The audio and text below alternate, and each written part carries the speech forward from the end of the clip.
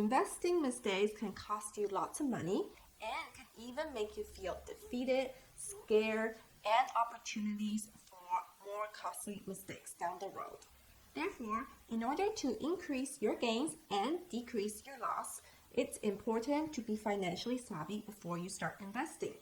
Here are the top 5 beginner mistakes that you must avoid. So there are many investment opportunities like real estate, cryptocurrency, mutual funds, bonds, commodities, foreign exchanges, and many other private investment opportunities. In this video, we will focus just on the stock market. Mistake number 1, not understanding what investing in the stock market is. So most people learn about the stock market through their friends or the media, and most of the time it's focused on the market price.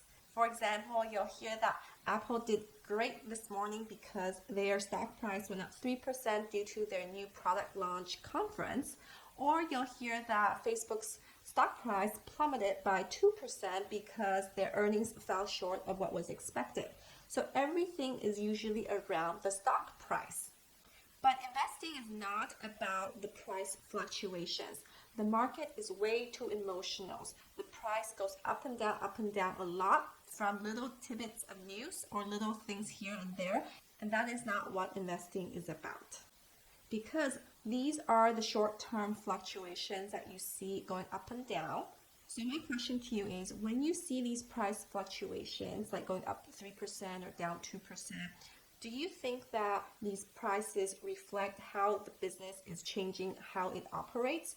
For example, if the CEO of Coca-Cola had a scandal and it was a bad one, then you'll hear that the market price fell for Coca-Cola by like 3% because it was a bad scandal. But does the operation of Coca-Cola change? For example, are they going to change their formula for how they formulate their Coke? Are they going to change how they run their assembly line, their warehouse production, all these things? No, these fundamental of business operations do not change. What changed was the price fluctuations because the market is reacting to a news. That could be negative or positive, but over the long run, it does not change how the business operates. So we'll park aside the price fluctuations for now because it's just way too volatile. It goes up and it goes down, you just never know. So in this video, we're going to focus on the long-term investing and what that is. Over the long run, the prices for the stock market has only gone up. And I'm not talking about individual companies that may have gone bankrupt. I'm talking about the general overall stock market benchmarks or indexes over the long period. For example, if you see this chart right here, this S&P 500 historical data from this point all the way up to this point today, it has only gone up. It is a linear line. Yes, there has been dips because of the market crashes from here or here, but overall, it has been an upward trend. And why is that? Why does the stock price increase over the long run? And this is the fundamental of what investing in the stock market is. If you understand why the prices go up over the long run, then you understand what investing in stock market is. The answer is, drumroll, productivity growth. What I mean by this is that companies are always constantly producing products or services. They're adding values to their customers and therefore they're making profits. Our productivity has increased exponentially since the start of the Industrial Revolution in 1760. Essentially, technology has brought human ability, efficiency, and productivity to its new height. We are so much more efficient at creating products nowadays compared to, say, 200 years ago. So, over the years, our technology has enabled us to make a lot more products in such a shorter time frame, and our productivity and our quality of products have all increased over the years. And we are only getting better and better with our technological innovations. So therefore, that's the number one reason why the stock market keeps going up is because these companies are constantly improving themselves and are producing goods at a better turnaround. And the other factor why the stock market price keeps going up is because these indexes contains the top 500 companies in the US economy. This means that these are the best 500 companies with the best rate of returns. If one of the companies do not do so well, the next one is ready to take its place. So essentially, it's the evolution theory, survival of the fittest.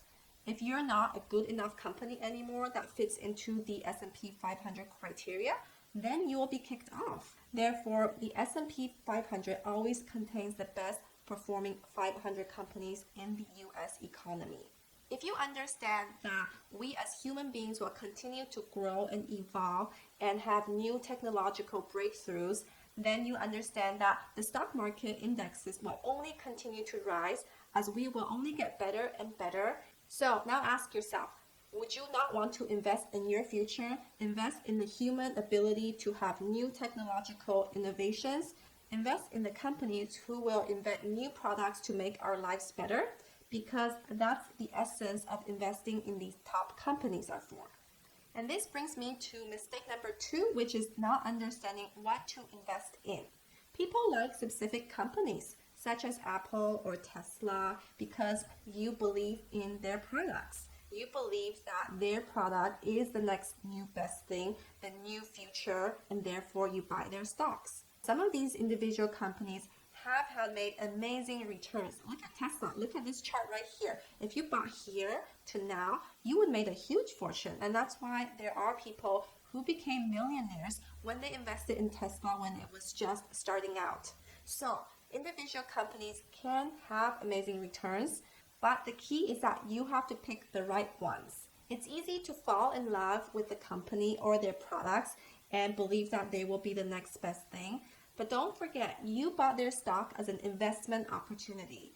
If the company's business operation is not going as what you had thought, or that their fundamentals have changed, you have to decide to either sell it or continue holding on to it. Just be prepared that if one day it goes bankrupt, you might lose 100% of what you put in. So that is the risk with individual companies. Just remember, you bought their stock to make money. If it's not making money anymore, you need to rethink your options. There has been many examples of where large companies who were once the leading expert in their industry got outcompeted by their competitors. For example, Nokia. You probably have heard of Nokia phones. They were the biggest back in 2000s. Everyone had a Nokia phone. Now, where do you see these Nokia phones? It's been overtaken by iPhones and Android Google phones. So the point here is that you can pick a great winning individual company, or you can pick a losing bet and you may lose a lot of money, because there is really no assurance that individual companies will remain successful for the long term.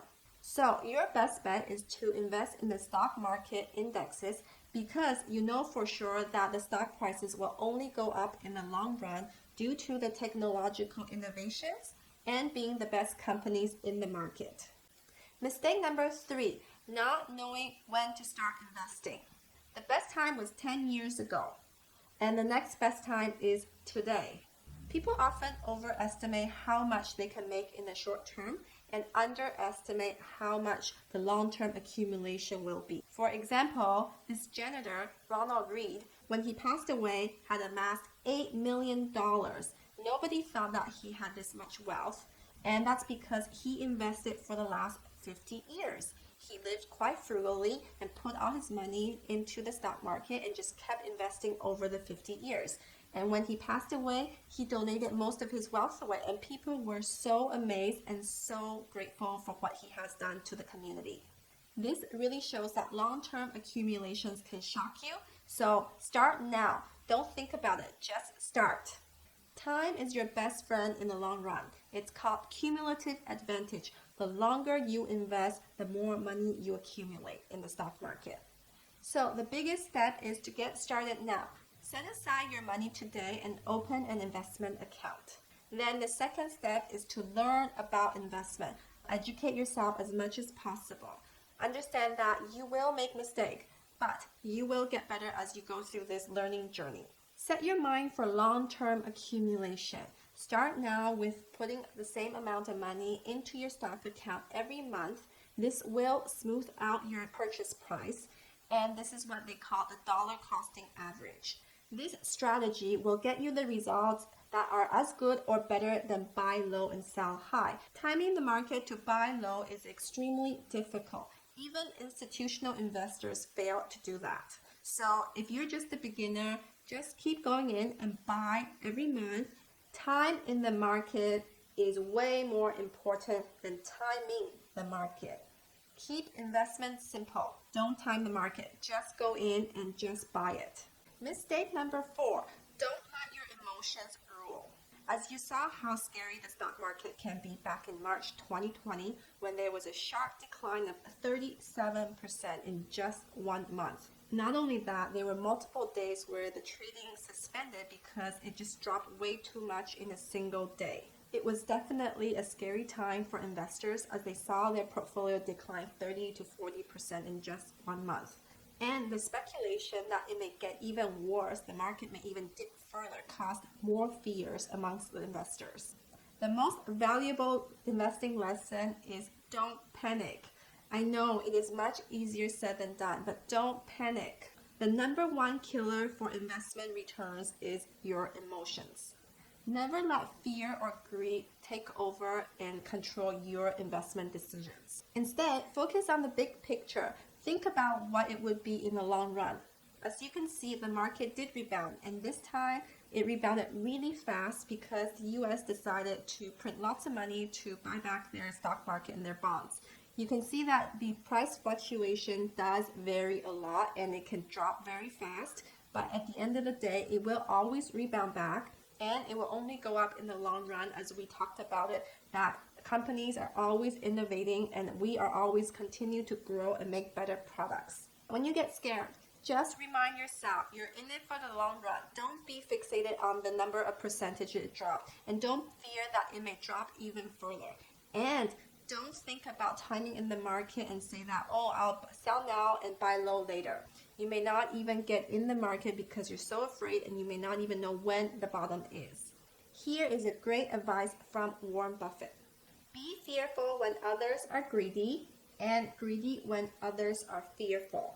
So if you have some extra cash available when it is really low and when everyone is really scared, dump some in. Even though you may not catch the bottom, you are close to the bottom. Just think about it. 20, 30 years down the road, you will thank yourself for going in when everyone else was scared. Mistake number 5, lack of patience. Investing is a long game. It is a slow and steady approach that will yield greater return in the long run. If you're expecting your portfolio to provide a high return in a short time frame, that's called a short-term speculation. And if you're just a beginner and not an experienced trader, this is a recipe for disaster. It is not called investing anymore. Rather, it's called short-term speculation, where you're trying to make profit from a short-term price fluctuation in the market. Don't get me wrong, people have made money trading, but this is after years of trading experiences. So if you're just a beginner, don't attempt it. You may lose a lot of your money, if not all. Keep your expectation realistic regarding the timeline for your portfolio to grow and return. It will take at least 20 to 40 years before you see a comfortable nest egg there. Always remember, you're in it for the long run, especially if you're just 20-year-old, just a beginner. Think about it. You have from 20 to 60 or 65. That's 45 years of investment in the market. Don't underestimate the long-term accumulation. And don't jump in and out of positions because that can kill your return. And you might be dinged for short-term taxes. Just remember, time in the market is more important than timing the market. So, what are your takeaways from this video? Comment below. Because when you write it out, you absorb the information better, and that really sticks into your long-term memory. The takeaway from this video is to start investing today. Set aside money and open up an investment account, even if it's just $50 or $100. Start today. And don't forget to check out this next video right here. As always, thank you for watching. I appreciate you. Have a great day and a financially blossoming life. I will see you in the next one. Bye.